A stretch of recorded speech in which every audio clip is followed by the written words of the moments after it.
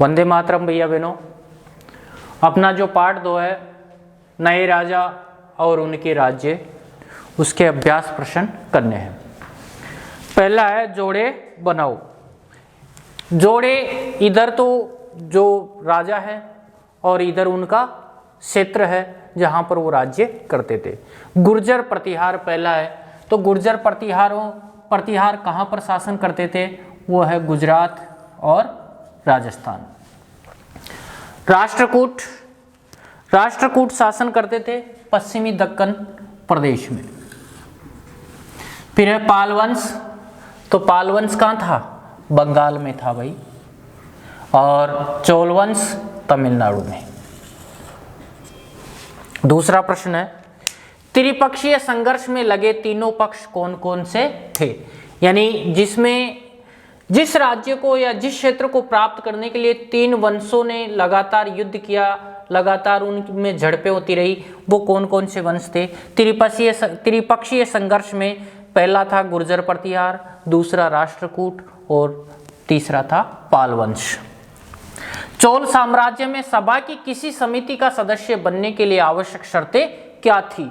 यानी उस समय जो प्रशासन चलाने के लिए सभा होती थी और उस सभा में सदस्य बनने के लिए जो शर्तें थी वो कौन कौन सी? वो देखो कि सभा की सदस्यता के लिए इच्छुक लोगों को ऐसी भूमि का स्वामी होना चाहिए जहां से भू राजस्व वसूला जाता है। यानी ऐसी भूमि का नहीं होना चाहिए जो उसको दान में मिली हुई है, उसका तो राजस्व देते ही नहीं थे वो। दूसरा है उनके पास अपना घर होना चाहिए। तीसरी शर्त है उनकी उम्र 35 से 70 वर्ष के बीच होनी चाहिए। चौथी शर्त है उन्हें वेदों का ज्ञान होना चाहिए। अगर वेदों का ज्ञान ही नहीं होता तो उसको समिति में नहीं लेते थे। पांचवी, उन्हें प्रशासनिक मामलों की अच्छी जानकारी होनी चाहिए और ईमानदार भी होना चाहिए। ये थोड़ा ही कि कोई बेईमान हो और अपना ही खजाना भर ले।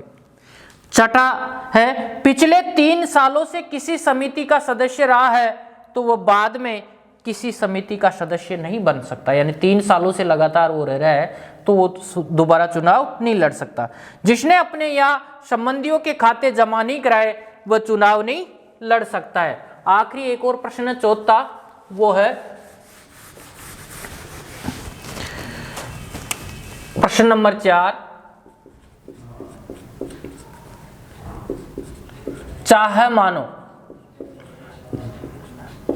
चाहमान बोलते बोलते इनको आगे क्या बोलने लगे? चौहान। चाहमानों के नियंत्रण में आने वाले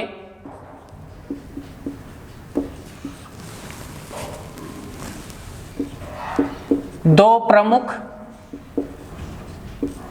नगर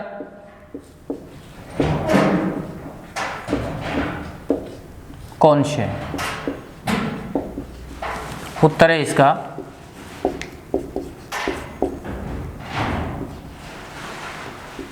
चाहमानों के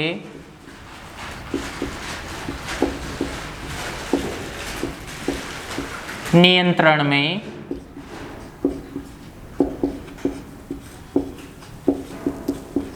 आने वाले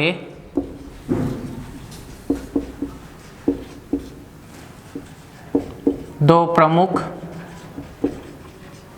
नगर